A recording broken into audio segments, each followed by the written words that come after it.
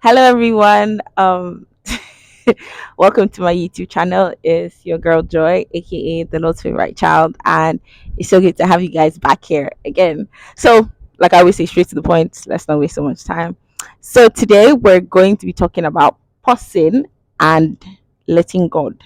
So basically, little backstory. So, like I always say, our verse for the video today is First Samuel chapter 24. So basically, it's the whole chapter. So I'm just going to summarize it as much as I can, and then I'll put the message behind it after it. After it, yeah.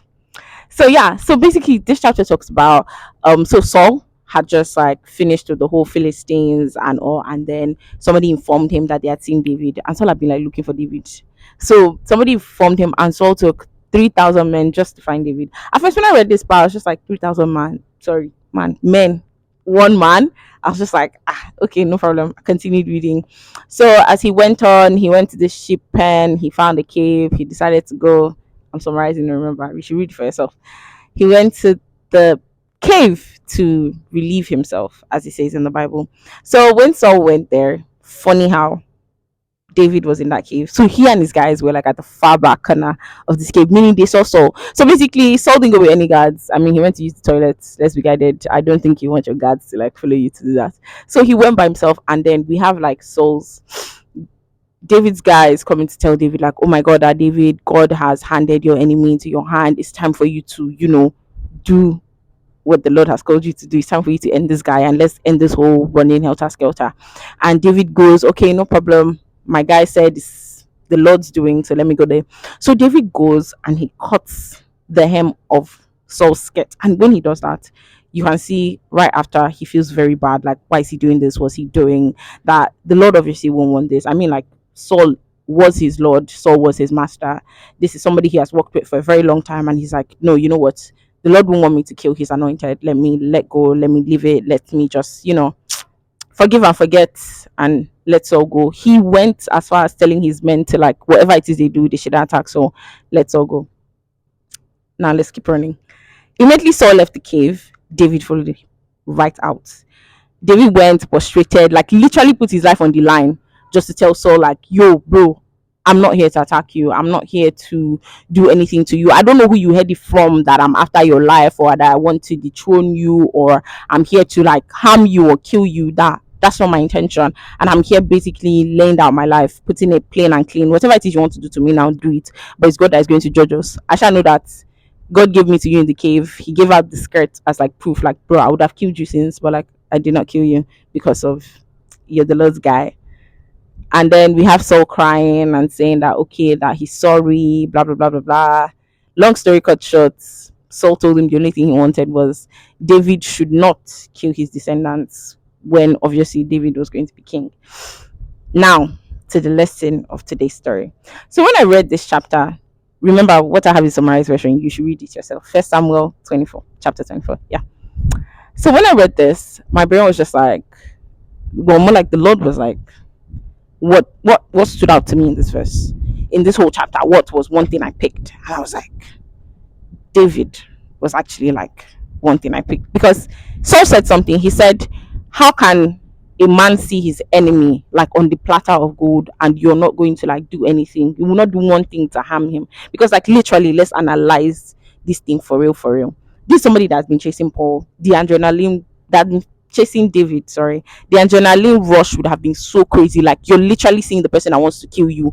You're a skilled warrior. It's so freaking easy for you to just and he's gone. But David did something.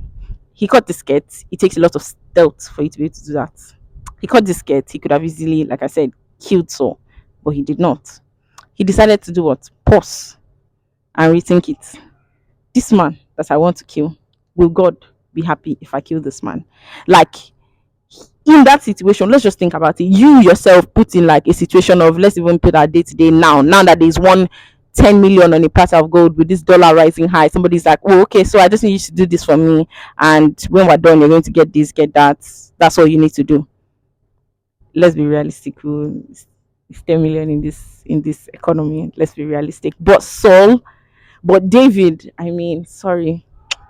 David was able to say put my desires aside, put what I want, put what I think God wants me to do, put, because his men literally said it, that God has given you your enemy on the platter of gold. It's literally time for you to take action, kill this guy, and let's get this over with. But David decided to do the rational thing. He decided to take a pause and think and be like, would God actually want me to do this? What would God want? What is this God's will? What does God prefer for me to do? So that's the essence of today's video. God is literally calling us that in this time that we find ourselves, we need to pause before we make any decision, before we do anything, even in the littlest thing that we're doing. We need to be ready to pause. We need to be ready to ask that, oh Father, is this what you want me to do? Is this where you want me to go? Oh, I'm going for this party with my friends. Father, do you want me to go to this party? Would you like me to go to this party? Would you like me to take this job? Would you like me to take this money? Lord, it's hard. Times are hard right now. I haven't had anything to eat, but would you want me to accept this food basket that this person is coming to bring us? Because we need to remember that the plans that God has for us would always be bigger than whatever it is that the world has to offer us. So in this period, I'm just begging us that we should please remember, just like David, let us pause and ask that what we're doing, how we're doing it, is it what God would want us to do? Are we doing what God wants us to do? Before we make a decision, are we asking God that, oh Abba, is this what you want me to do? Is this the step you want me to take? Should I be talking to said person? Should I be entering said relationships? Whatever it is, we just need to be ready to put God first in everything. So yeah, I hope this really blesses you and that we're able to pause before we do anything, especially in this period where it seems like as if every opportunity is a blessing. Let's take our time to, ask God discernment. Father, is this you or is the devil trying to trick us? So yeah, I really hope this blesses you again. So please don't forget to, I keep forgetting this part, like, comment, share, and subscribe. And yes, oh my god, you guys, we reached 800 subscribers. I'm really excited because it's not easy. And to everybody who subscribes, to everybody who watches, who comments, I just really want to tell you guys I love you. And by the grace of God, like my friend said, well, like I've been saying, by the end of the year, it's going to be 100K. So yeah, don't forget to like, share, subscribe, and comment. Bye.